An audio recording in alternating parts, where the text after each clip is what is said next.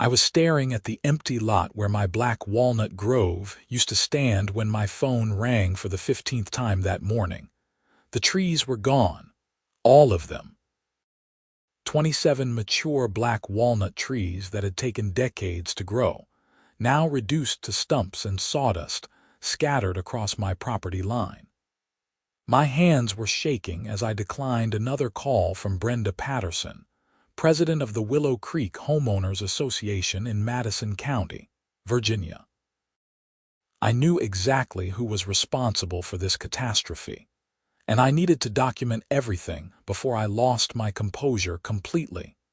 My name is Nathan Pierce, and I had moved to this quiet corner of Virginia 3 years ago after inheriting the property from my grandfather.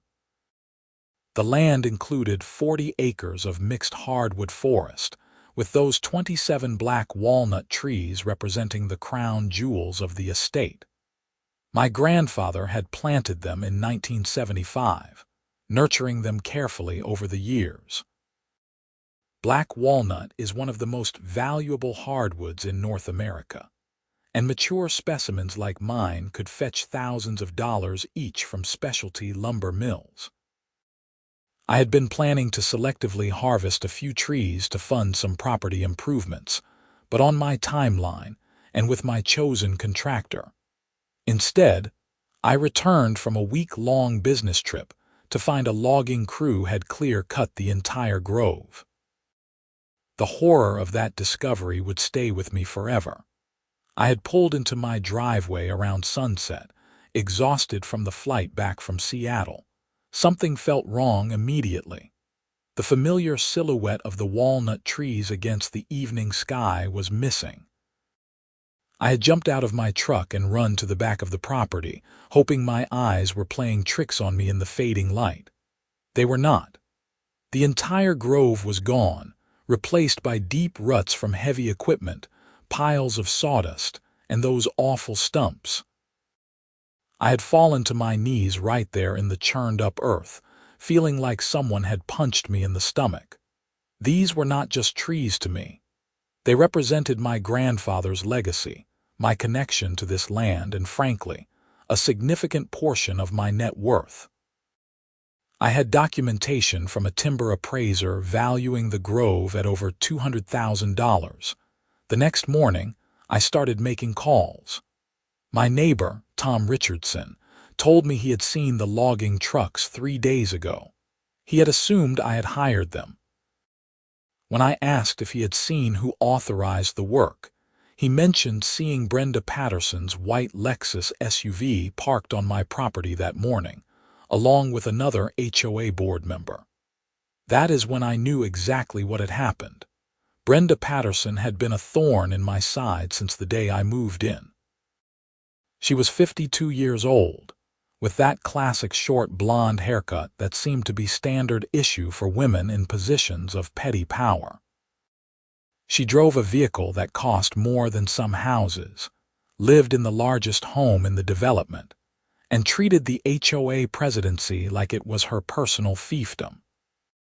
Our community had been farmland before being developed, and several properties like mine retained significant acreage outside the main subdivision. My property was technically part of the Willow Creek HOA because my driveway connected to the community road, but the bulk of my land extended well beyond the HOA boundaries. This had been a point of contention from day one. Brenda insisted that all of my property fell under HOA rules. I had documentation from both my title company and an independent surveyor, proving that only the first 2 acres around my house were part of the HOA. The remaining 38 acres, including the Walnut Grove, were explicitly excluded from HOA jurisdiction according to the original development plat filed with the county. We had clashed over everything. She demanded I repaint my house to match the approved color palette. I pointed out that my house predated the subdivision by 30 years and was grandfathered in. She tried to fine me for having a pickup truck visible from the street. I showed her the clause that exempted working vehicles on properties over 2 acres. She complained about my firewood pile being an eyesore. I proved it was on the non-HOA portion of my land, but this was different. This was not harassment or overreach. This was destruction of property worth hundreds of thousands of dollars. I spent that entire first day documenting everything. I took hundreds of photographs from every angle. I measured the stumps, noting their diameter and condition. I collected sawdust samples. I documented the equipment tracks and the damage to my land. I called the sheriff's office and filed a report, though the deputy who responded seemed uncertain about how to handle a property dispute involving an HOA. He took my statement and photos, but suggested this might be a civil matter. Then I started researching Virginia timber trespass laws. What I found made my heart race. Virginia has some of the strongest timber theft laws in the country. Under Virginia Code Section 55.1-2800, anyone who cuts down trees without permission is liable for triple the value of the timber as damages.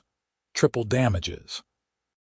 If my trees were worth $200,000, Brenda and the HOA could be on the hook for $600,000. I printed out every relevant statute I could find. I reviewed my property survey, my title insurance documents, the HOA covenants and restrictions, and every piece of correspondence I had ever had with the HOA. I compiled a timeline of every interaction with Brenda Patterson. Then I called my attorney. Mark Stevens had handled the property transfer when I inherited the land, so he was already familiar with the situation.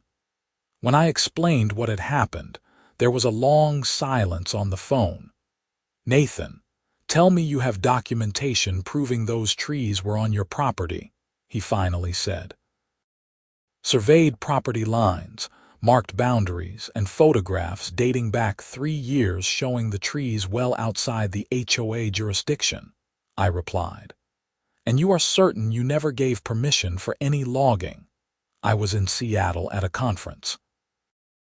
"I have flight records, hotel receipts, and about 50 witnesses who can confirm I was nowhere near Virginia when this happened." Another pause. "This is bad, Nathan. Bad for the HOA, I mean. Virginia does not play around with timber theft. If we can prove unauthorized logging, you are looking at triple damages minimum. How much were the trees worth?" "I had them appraised last year at $210,000. I heard Mark's sharp intake of breath. $630,000 in damages then. Plus legal fees, plus restoration costs, plus punitive damages if we can show malicious intent. Nathan, this could bankrupt their HOA." "Good," I said, surprised by the coldness in my own voice. We scheduled a meeting for the following day. In the meantime, Mark advised me not to speak to anyone from the HOA, to continue documenting everything, and to get a new timber appraisal as soon as possible to establish current value. That night, sitting in my grandfather's old house surrounded by photos of him tending those trees, I felt a mix of rage and grief. He had planted those walnuts when my father was just a boy. He had shown me how to identify the trees when I was 10 years old, explaining how walnut wood was prized for fine furniture and gun stocks. He had joked that they were my inheritance, my retirement fund growing in the backyard. Now they were stumps. Brenda called again the next morning. I let it go to voicemail. Her message was imperious as always. "Nathan, this is Brenda Patterson from the HOA. I have been trying to reach you regarding the tree removal on your property. There seems to be some confusion. Several neighbors complained that your grove was blocking their views and potentially harboring pests. The board voted to remove the hazard. We have sent you 3 written notices about this, though I understand you have been negligent in checking your mail." Please call me back so we can discuss the nominal fee for the removal service. Thank you. I played the message 3 times, my anger growing with each listen. Nominal fee. She wanted me to pay for having my trees stolen, and I had never received any written notices because none had been sent. I checked my mail religiously and had every piece of HOA correspondence filed away. There had been nothing about the trees. I forwarded the voicemail to Mark Stevens, then called the timber appraiser I had used previously. Robert Chen was a certified forester with 30 years of experience. When I explained what had happened, he agreed to come out that afternoon. Robert arrived around 2 o'clock, his pickup loaded with surveying equipment. He was a methodical man in his 60s who had seen everything in his career, but even he looked shocked when he saw the stumps. "Nathan, these were premium specimens," he said, kneeling beside one of the larger stumps. "This one here, based on the ring count and diameter, was probably 70 to 80 years old. Beautiful grain, perfect form. Who logged this?" "That is what I need you to help me prove," I said. "I need a current appraisal of what was taken, down to individual tree values if possible." We spent 3 hours measuring and documenting every stump. Robert took core samples, photographed the growth rings, and made detailed notes about each tree's size and condition. Several times he just shook his head in disbelief. "Whoever did this knew what they were taking," he said. "They cut these trees at optimal height for milling, and look at these equipment marks.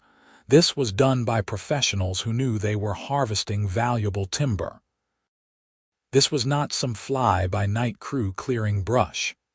"Can you determine what mill processed them?" I asked. "I can make some calls. There are only so many mills in this region equipped to handle quality walnut. If they sold these logs, there will be a paper trail." Robert promised to have a preliminary appraisal within 48 hours and a full report within a week.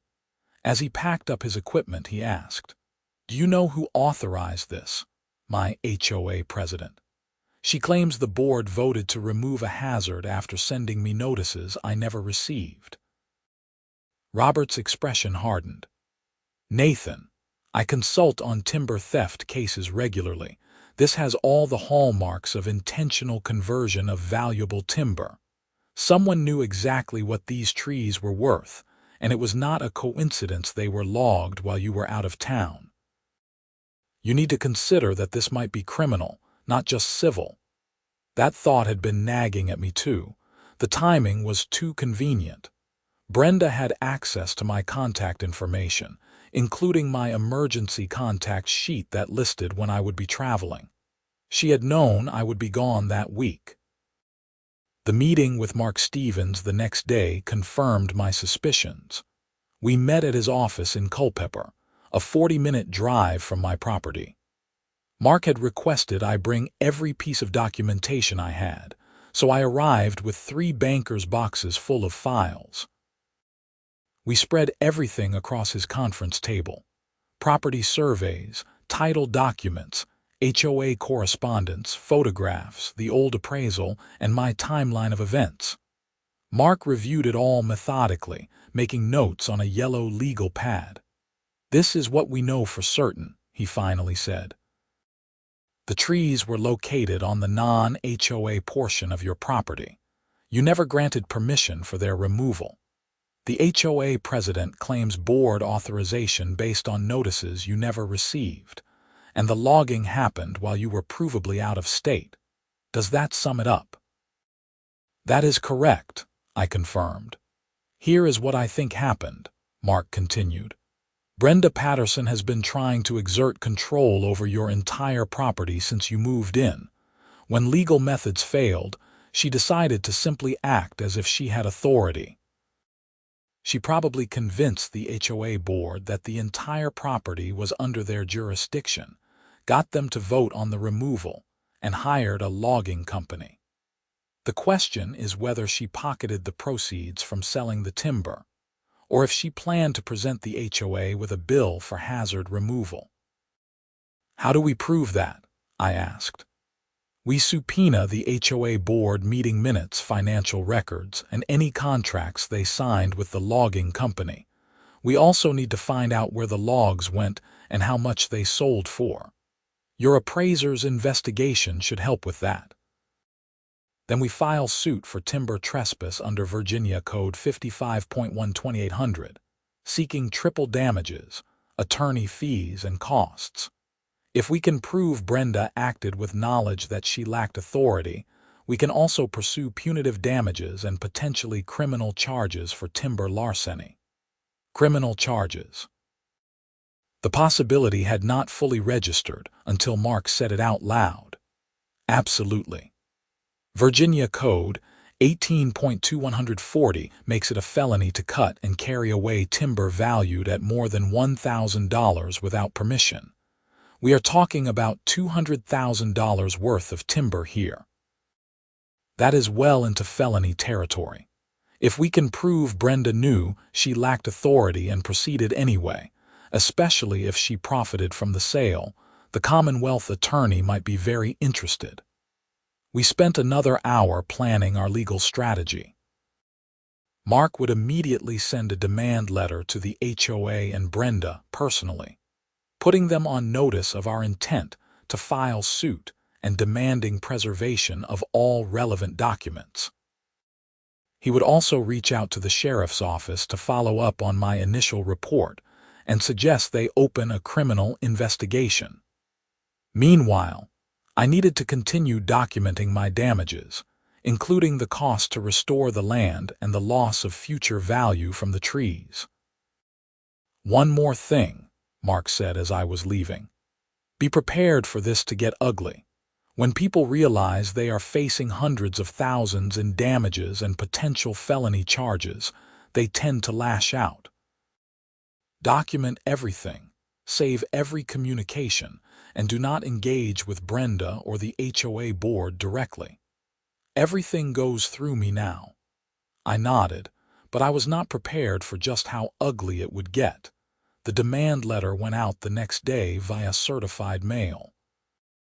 In it, Mark detailed the unauthorized logging, cited the specific Virginia statutes that had been violated, and demanded the HOA and Brenda personally preserve all documents related to the incident. He gave them 10 days to respond with a written explanation and offer of settlement before we filed suit. The response came faster than expected. Not from an attorney, but from Brenda herself, via a certified letter to me marked Urgent HOA Violation Notice. I opened it in Mark's office, having learned not to deal with HOA correspondence alone. The letter was 2 pages of single-spaced text, but the gist was clear. The HOA was fining me $25,000 for unauthorized modification of common area landscaping and failure to obtain Architectural Review Committee approval before removing trees. Mark read it twice, then started laughing. It was not a happy laugh. "She is claiming you cut down your own trees without permission," he said. "That is her defense, and she is fining you for it." "Apparently so," I said, feeling that familiar anger rising again. "This is actually good for us, Nathan. She just put in writing that the HOA believes it had authority over those trees. That is an admission they authorized the logging, and the fine is clearly retaliatory. We can use this." We drafted an immediate response denying all allegations and reiterating our demand for preservation of documents. Mark also added a new claim to our planned lawsuit: abuse of process and harassment. Robert Chen called that afternoon with his preliminary findings. The news was worse than I had thought. "Nathan, I tracked down your logs. They went to Heritage Hardwoods Mill in Charlottesville. I have a contact there who confirmed they processed 27 large walnut logs 3 days after you left for Seattle. The mill paid the logging company $78,000 for the raw logs." My stomach dropped. $78,000, but you appraised the standing timber at over $200,000. Standing timber is always worth more than logs because it includes the land value, future growth potential, and sustainable harvest considerations. But even as logs, $78,000 is very low. Your trees should have brought at least $120,000 as logs, probably more. Either the logging company gave the mill a discount, or someone did not know what they were selling. "Can you get documentation from the mill?" I asked.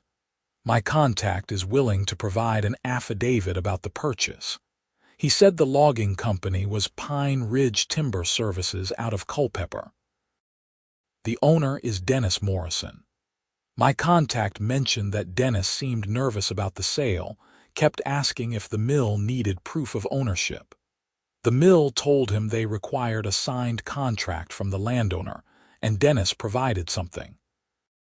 My contact did not see it personally, but it is in their files. Mark was already making notes. "We need to subpoena Pine Ridge Timber Services and Heritage Hardwoods. If Dennis Morrison received a contract or authorization, we need to see it. I am betting Brenda forged your signature or presented fraudulent HOA documentation claiming authority." "Can we prove forgery?" I asked. "If she signed your name, absolutely. If she used HOA letterhead claiming the trees were on HOA property, that is fraud. Either way, we have her." Things escalated quickly after that. Mark filed our lawsuit in Madison County Circuit Court exactly 10 days after sending the demand letter. We sued the Willow Creek Homeowners Association, Brenda Patterson personally, and Pine Ridge Timber Services. The complaint ran 47 pages and included counts for timber trespass, conversion, fraud, abuse of process, and civil conspiracy. We sought $630,000 in triple damages, plus attorney fees, punitive damages, and restoration costs. The lawsuit made the local news within hours. "Homeowner sues HOA for $600,000 over log trees," ran the headline in the Culpeper Times. A reporter called asking for comment. Mark handled all media inquiries with a simple statement: "Our client's valuable timber was stolen, and we intend to hold the responsible parties accountable under Virginia law." My phone exploded with calls and texts from neighbors. Most were supportive, shocked that the HOA had taken such extreme action. A few accused me of being a troublemaker who should just go along with the board's decisions. I did not respond to any of them, following Mark's advice to maintain silence. Brenda's reaction was volcanic. She called an emergency HOA meeting the day after we filed suit, sending out a notice that all homeowners were required to attend to discuss legal threats against the community. Mark sent a cease and desist letter within hours, warning that any discussion of active litigation in a public forum could constitute witness tampering and harassment. The meeting was hastily canceled. Instead, Brenda hired an attorney.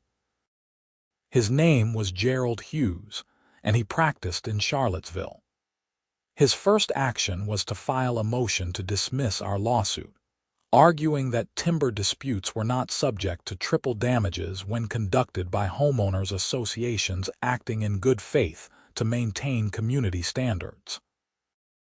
Mark shredded the motion in his response. He pointed out that Virginia timber trespass law contains no exception for HOAs, that good faith is not a defense when the defendant lacks authority to act, and that Brenda's own violation notice proved the HOA knew it was removing trees from non-HOA property. The judge denied the motion to dismiss within a week. Discovery was brutal. Mark subpoenaed everything: all HOA board meeting minutes for the past 3 years, financial records, emails between Brenda and other board members, the contract with Pine Ridge Timber Services, and Brenda's personal communications regarding my property. We also subpoenaed Dennis Morrison and Heritage Hardwoods for all records related to the logging and timber sale. The documents started arriving in waves. What they revealed was damning. First, the HOA board meeting minutes showed no vote to remove my trees. There had been a vote to address landscaping concerns raised by multiple homeowners regarding obstructed views, but no specific authorization for logging on my property. In fact, one board member had specifically asked whether the trees in question were on HOA property, and Brenda had assured the board they were. She had lied. Second, the HOA financial records showed no payment to Pine Ridge Timber Services for logging work.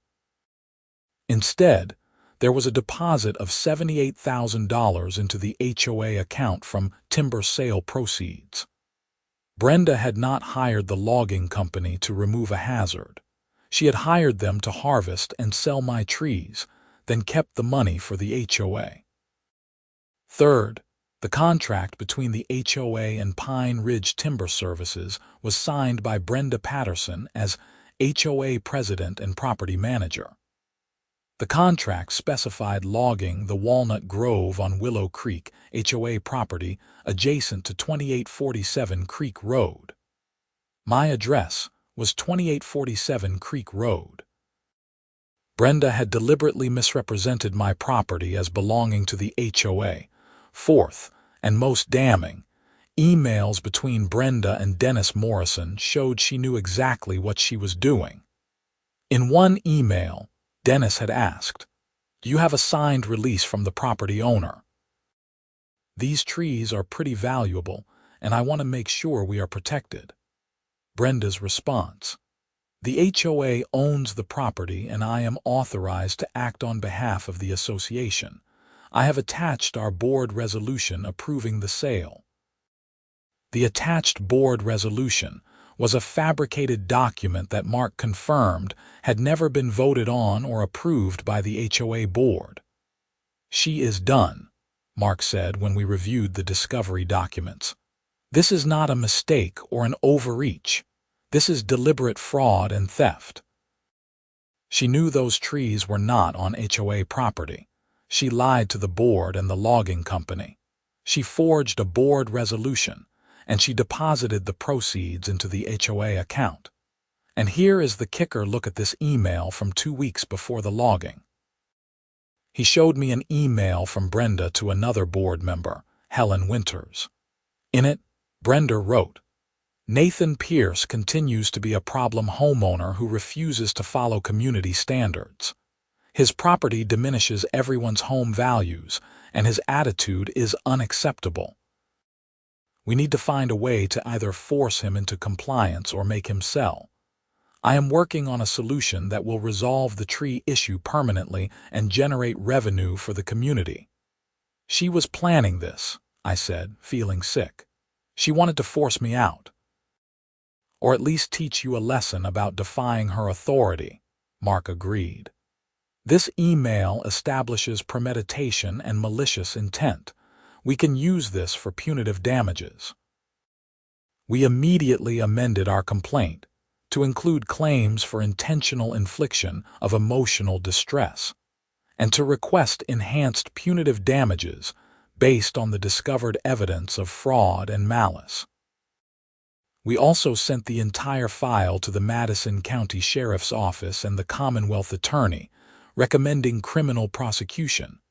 The Commonwealth Attorney, James Morrison, no relation to Dennis Morrison, called Mark 2 days later. They spoke for over an hour. When Mark got off the phone, he had a grim smile. "They are opening a formal investigation," he said. "Timber larceny, fraud, and forgery. If they find sufficient evidence, Brenda will be indicted." The Commonwealth Attorney said this is one of the most clear-cut timber theft cases he has seen. The case was assigned to Detective Sarah Chen with the Madison County Sheriff's Office. She was thorough and professional, interviewing me, several neighbors, Dennis Morrison, and the employees at Heritage Hardwoods. She also executed a search warrant on Brenda's home and the HOA office, seizing computers, phones, and filing cabinets full of documents. Brenda's attorney, Gerald Hughes, tried to negotiate a settlement. He called Mark proposing that the HOA would pay me the $78,000 they had received from the timber sale, plus an additional $20,000 for inconvenience, in exchange for dropping all claims and agreeing not to pursue criminal charges. Mark's response was blunt. "My client is not the one pressing criminal charges, the Commonwealth attorney is, and we will see your clients in court for the full amount of damages plus punitive damages." As the trial date approached, the HOA community was in chaos. Several homeowners filed motions to remove Brenda as HOA president, but she refused to step down. She insisted she had acted in the community's best interest, and that I was a vindictive troublemaker trying to destroy the HOA. The community split into factions, some supporting Brenda and others demanding her resignation. Helen Winters, the board member who had received that damning email from Brenda, ended up resigning and providing a sworn affidavit for our case. In it, she stated that Brenda had assured the board the trees were on HOA property, had never mentioned the timber's value, and had presented the logging as a community service to remove hazardous trees. When Helen learned the truth, she was horrified. "I trusted Brenda completely," Helen's affidavit read. "She told us the trees were blocking views and harboring pests. She said several homeowners had complained. She showed us what she claimed was a legal opinion stating the trees were on HOA property. I voted to approve the removal based on that information. If I had known the trees were worth hundreds of thousands of dollars and were on Mr. Pierce's private property, I never would have voted yes. I feel deceived and used." 2 other board members provided similar statements.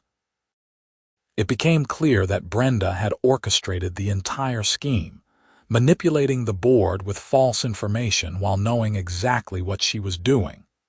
The criminal investigation moved faster than the civil case. 4 months after the logging, Detective Chen arrested Brenda Patterson at her home on charges of felony timber larceny and felony fraud. The scene was captured by a neighbor's security camera and ended up on local news.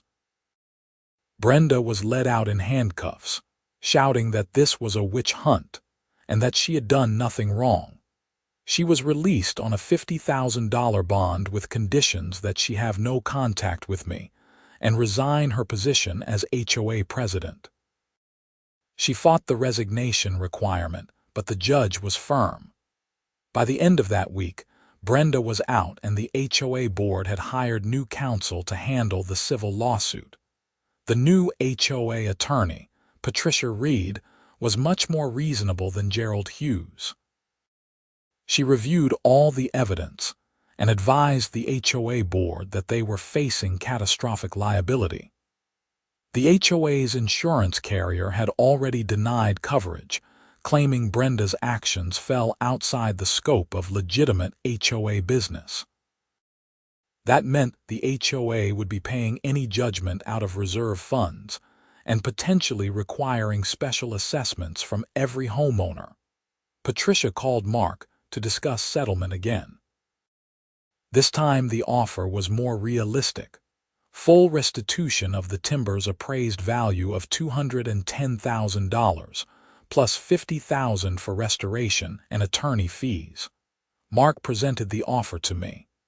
It is not triple damages, but it is guaranteed money without going to trial. The HOA is willing to pay within 30 days. I thought about it. $260,000 was a lot of money, and it was certain. But it was not justice. It did not reflect the full measure of what had been taken from me, and it did not punish Brenda adequately for what she had done. "No," I said. "We go to trial. This is not about money anymore. This is about making sure Brenda faces consequences and that every HOA in Virginia knows they cannot just take whatever they want from homeowners. Mark nodded. I was hoping you would say that. Let's take her down. The trial was scheduled for 8 months after the logging. Robert Chen's final appraisal came in at $235,000, accounting for additional factors he had discovered about the timber quality. That meant we were seeking over $700,000 in triple damages, plus additional restoration costs, attorney fees, and punitive damages. Our total claim exceeded $900,000. The HOA and Brenda tried one more time to settle, offering $350,000. We declined. Jury selection took 2 days. We needed people who understood property rights and who would not be swayed by arguments about community standards or HOA authority. Mark was brilliant during voir dire, identifying and challenging anyone who seemed overly sympathetic to HOA power. The trial itself lasted a week. It was held in Madison County Circuit Court before Judge Thomas Harrison, a stern man in his late 60s with a reputation for running a tight courtroom and having little patience for nonsense. The Commonwealth attorney had agreed to delay Brenda's criminal trial until after the civil case, so she was present every day, sitting at the defense table looking defiant. She had cut her hair shorter and wore conservative business suits, clearly trying to project an image of respectability and authority. We presented our case first. Mark methodically walked the jury through every aspect of the case. He started with my grandfather's legacy, showing photos of him planting and tending the trees over decades. He explained black walnut's value and rarity. He showed the jury my property survey, highlighting the clear boundary between HOA and non-HOA land.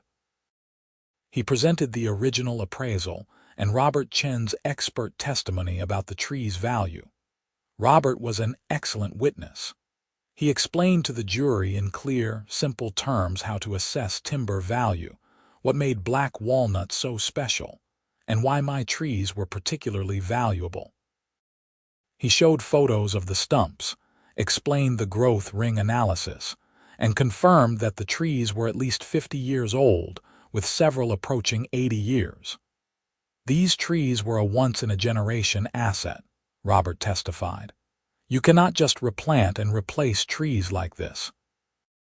It would take 70 to 80 years to recreate what was destroyed, and even then you cannot guarantee the same quality. Mr. Pierce has suffered a permanent, irreplaceable loss. Mark then presented the documentary evidence. The HOA meeting minutes showing no authorization, the fraudulent board resolution, the contract with Pine Ridge Timber Services, and most damning, the emails between Brenda and Helen Winters showing premeditation and malice. When Mark showed the jury Brenda's email about finding a solution that will resolve the tree issue permanently and generate revenue, I watched several jurors' expressions harden. They understood what they were seeing: deliberate, planned theft. We also called Helen Winters to testify. She was nervous but credible, explaining how Brenda had misled the board and presented false information. Under cross-examination, Patricia Reed tried to suggest Helen had been negligent in not verifying the information, but Helen held firm. I trusted our HOA president, she said. She showed us documents that looked official. She assured us she had consulted with attorneys. Why would I think she was lying? She was our elected leader. I relied on her representations, and she betrayed that trust. Dennis Morrison from Pine Ridge Timber Services testified via video deposition.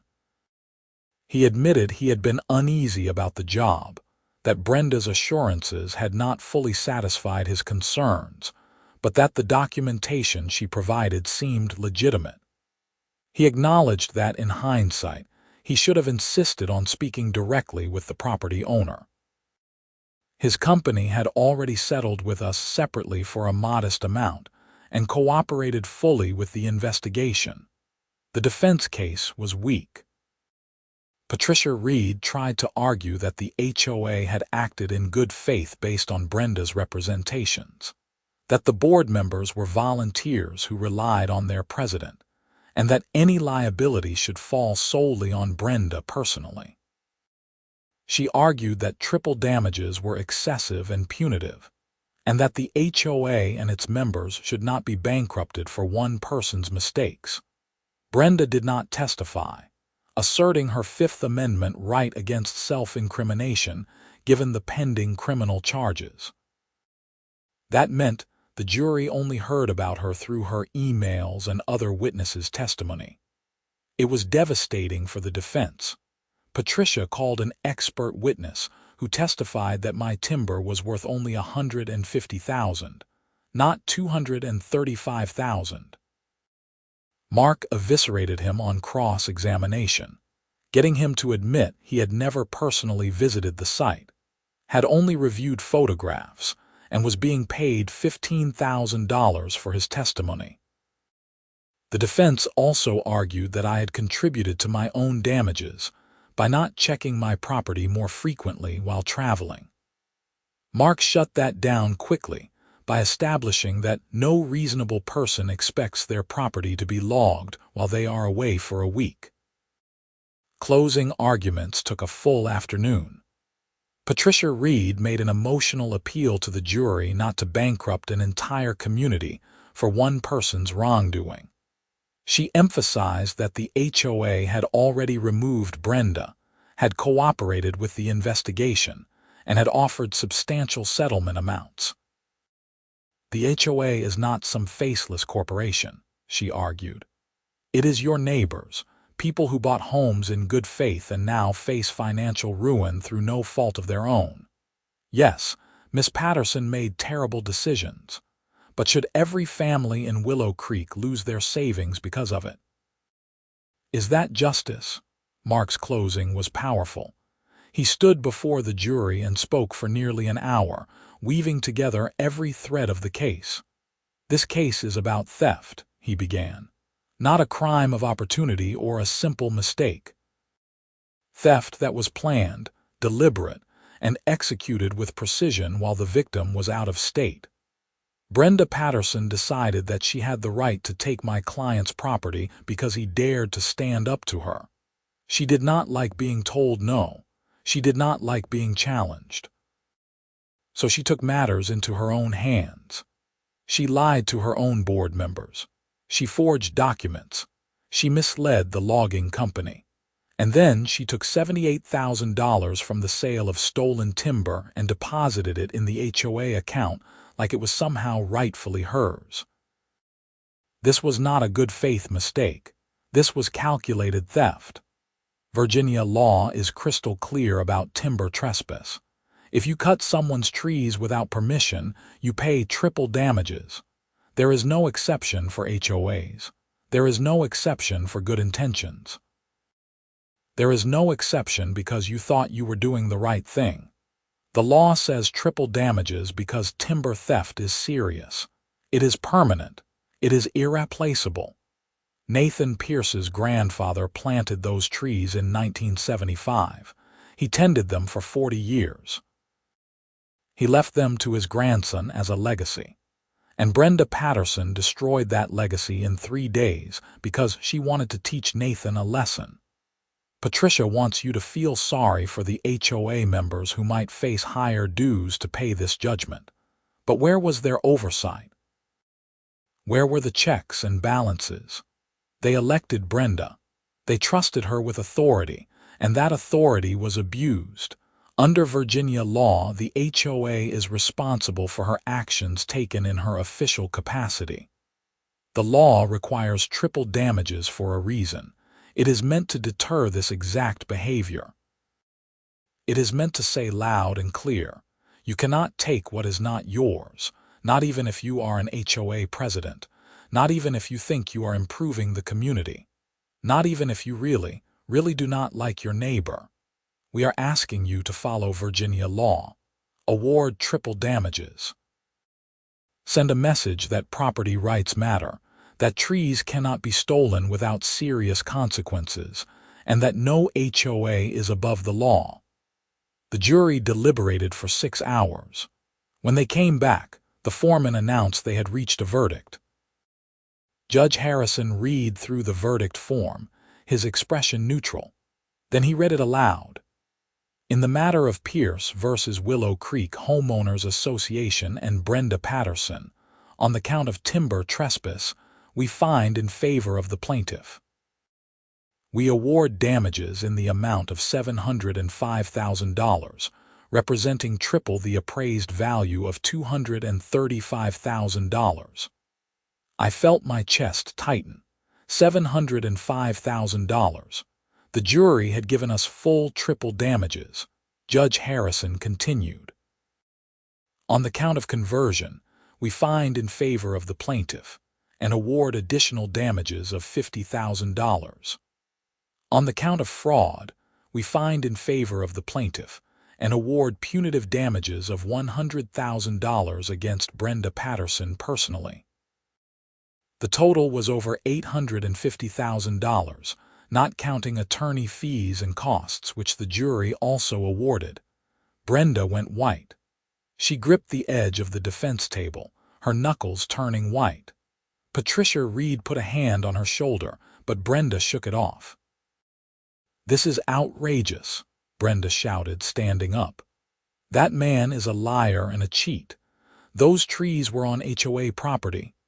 I have every right, Miss Patterson. You will sit down and be quiet, or I will have you removed from my courtroom," Judge Harrison said sharply.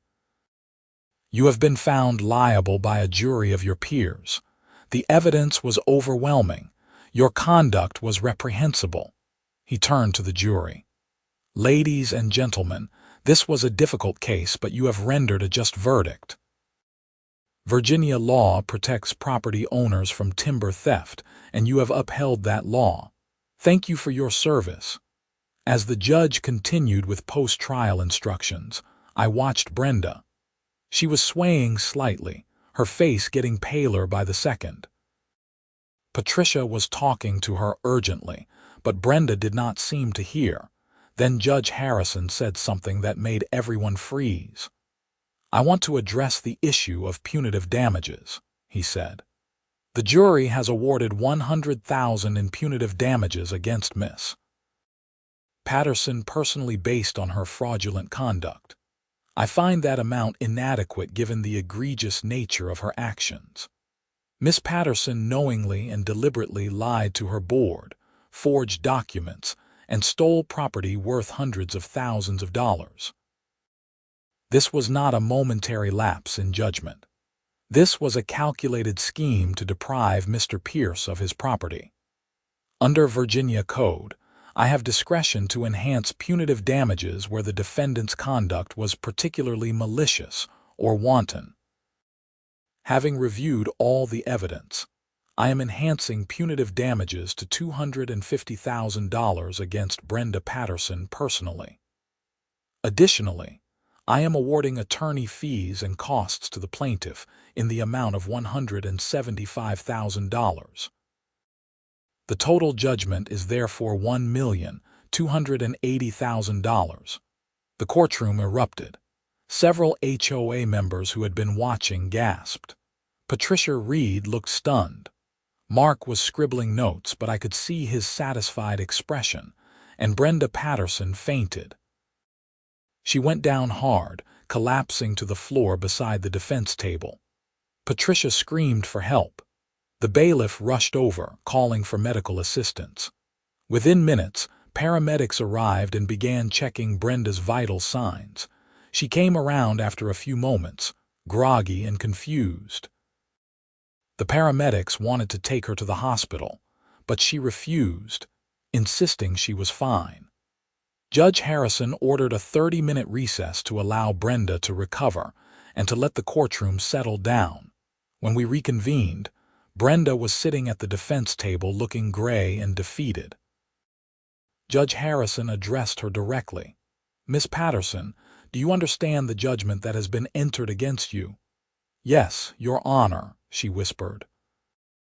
"Do you understand that you are personally liable for $425,000 of this judgment, representing punitive damages and your share of the fraud damages?"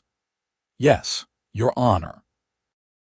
"And do you understand that the HOA is jointly liable for the remainder, totaling approximately $855,000? "Yes, Your Honor." "Very well. I am entering final judgment today. The plaintiff may begin collection proceedings immediately.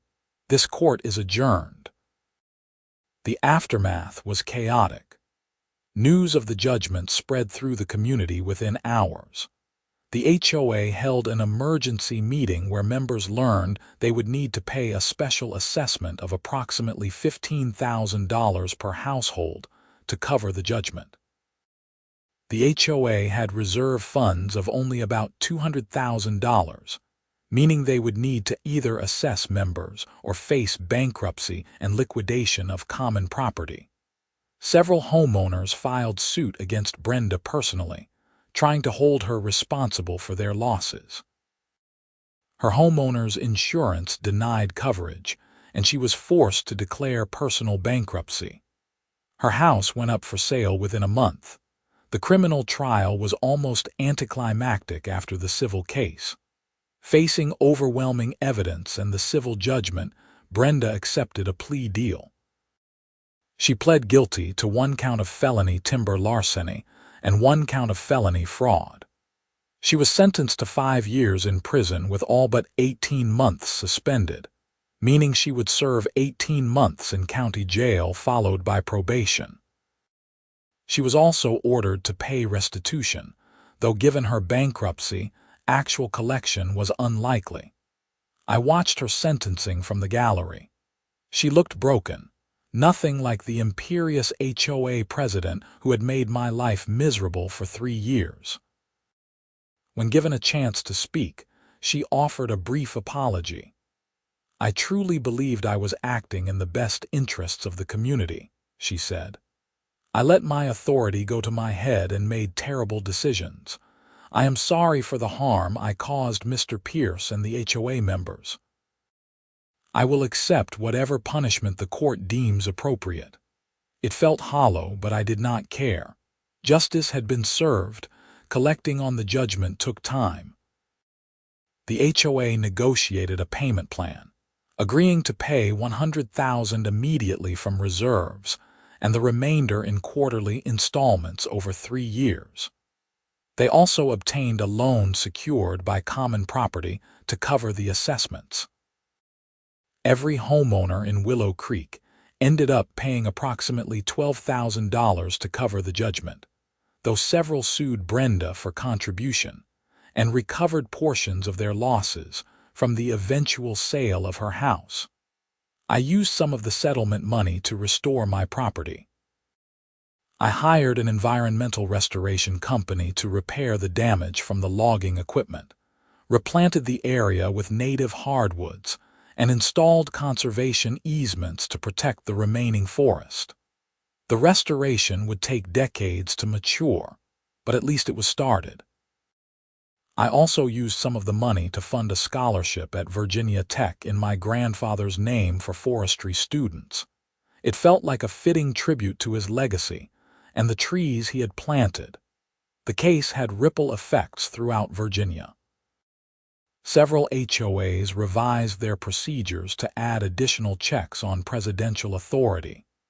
The state legislature considered, but ultimately did not pass, a law specifically addressing HOA timber trespass.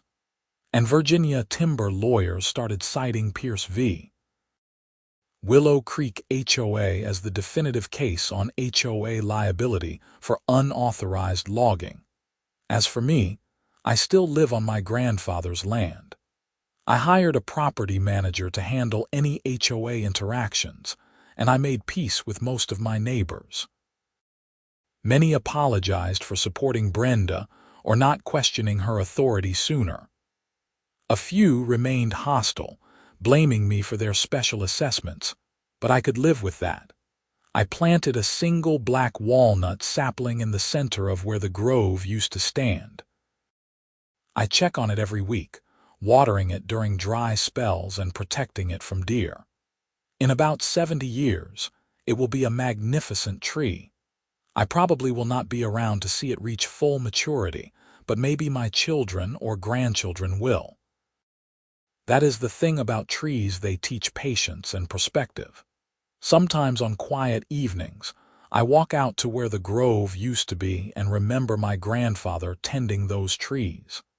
I think about the legacy he tried to leave me and how Brenda Patterson tried to steal it.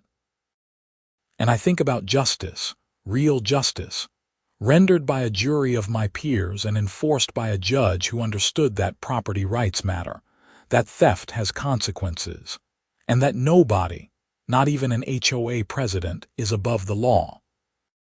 The stumps are still there, slowly decomposing and returning nutrients to the soil. In a way, they are a monument to what was lost, but also to what was won. Brenda Patterson thought she could take what was mine because she had a title and a little bit of power. She learned differently.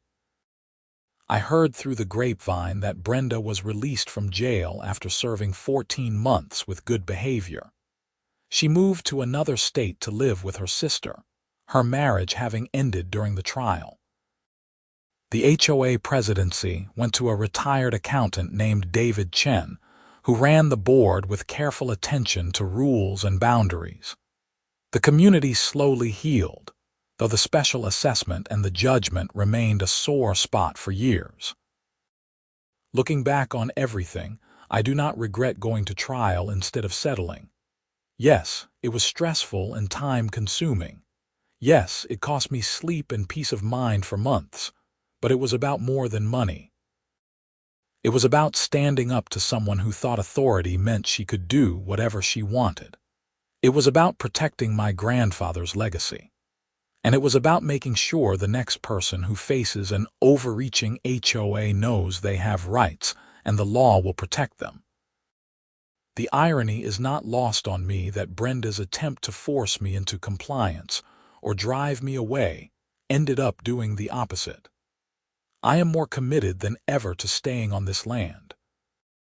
I have expanded my property boundaries by purchasing an adjacent 40-acre parcel that came up for sale, ensuring I have even more land outside HOA control. I am planting more trees, not just walnuts but oaks, cherries, and maples. I am creating a legacy forest that will outlast me by centuries. And every time I see that single walnut sapling growing in the middle of the old grove, I smile. Brenda Patterson took my grandfather's trees, but she could not take what they represented: resilience, patience, and the understanding that some things cannot be stolen because they exist in memory and in the continuity of growth and renewal. The final chapter in this saga came about 2 years after the judgment. The HOA, having learned hard lessons about liability and oversight, voted to amend their covenants and restrictions to explicitly exclude properties with significant acreage outside the subdivision boundaries. They essentially formalized what had always been true. My land was my own, and they had no authority over it. The vote was unanimous. Even the homeowners who had initially supported Brenda realized the organization had overstepped catastrophically. The amended covenants were recorded with the county, and I received a formal letter from the HOA board acknowledging my property boundaries and expressing regret for the previous board's actions. I framed that letter and hung it in my office, right next to a photograph of my grandfather standing beside one of the walnut trees in 1998. The photo shows him with his hand on the trunk, looking up into the canopy with obvious pride. I was 13 when that photo was taken, and I remember him telling me, "Nathan, these trees are your future. Take care of them and they will take care of you." He was right, just not in the way he expected. The trees did take care of me, even in their absence. They taught me to stand up for what is mine, to fight for what is right, and to trust that justice, though sometimes slow, can prevail. I still get occasional calls from lawyers representing homeowners in disputes with their HOAs. Pierce v. Willow Creek has become something of a landmark case, and attorneys want to know the details of how we built our case and presented it to a jury. I am always happy to help. If my experience can help someone else stand up to an abusive HOA, then something good came from all that pain. The walnut sapling is now about 8 feet tall and healthy. I protect it carefully, knowing it represents not just replacement timber but a promise to the future. In 60 or 70 years, someone will stand beneath that mature tree and perhaps remember the story of how it came to be planted. They will know that their grandfather or great-grandfather fought for this land, for these trees, and for the principle that no organization has the right to take what is not theirs. Brenda Patterson is gone. Her reign of petty tyranny ended permanently. The HOA continues, but chastened and reformed. My neighbors and I coexist peacefully, with clear boundaries and mutual respect. And every spring when the walnut sapling leaves out, green and vibrant and reaching toward the sky, I am reminded that some things cannot be stolen, some legacies cannot be destroyed, and some fights are worth every bit of effort they require. The land endures. The forest will return. And justice, hard-won and dearly bought, stands as a bulwark against those who would abuse their power. That is my grandfather's legacy, and it is the legacy I will leave to whoever comes after me on this land. On quiet mornings, I sometimes walk the property line where the old grove stood, watching the new trees grow and the forest slowly reclaim what was taken. The earth remembers. The seasons turn. And in the center of it all, one walnut sapling grows taller each year, a living testament to the truth that you cannot log someone's timber without permission and expect to walk away unscathed. Brenda Patterson learned that lesson the hard way, in front of a jury, in front of a judge, and in a jail cell. And somewhere in Virginia, every HOA president who hears this story learns it too. Respect property rights, follow the law, and remember that authority comes with responsibility and limits. Cross those limits, and you might just find yourself facing a judge who understands triple damages and is not afraid to use them. That is my story. That is how an HOA Karren logged my timber without permission and fainted when the judge said triple damages. It is a story about theft and justice, about loss and recovery, about standing firm in the face of bullying and trusting the law to make things right. And it all started with 27 black walnut trees, planted by a man who believed in the future, stolen by a woman who believed in power, and vindicated by a system that, for all its flaws, still recognizes that some things are sacred and some wrongs demand to be righted. The trees are gone, but their legacy remains in court records, in amended HOA covenants, in the memory of everyone who watched justice unfold, and in one young sapling growing strong in Virginia soil, reaching always toward the light.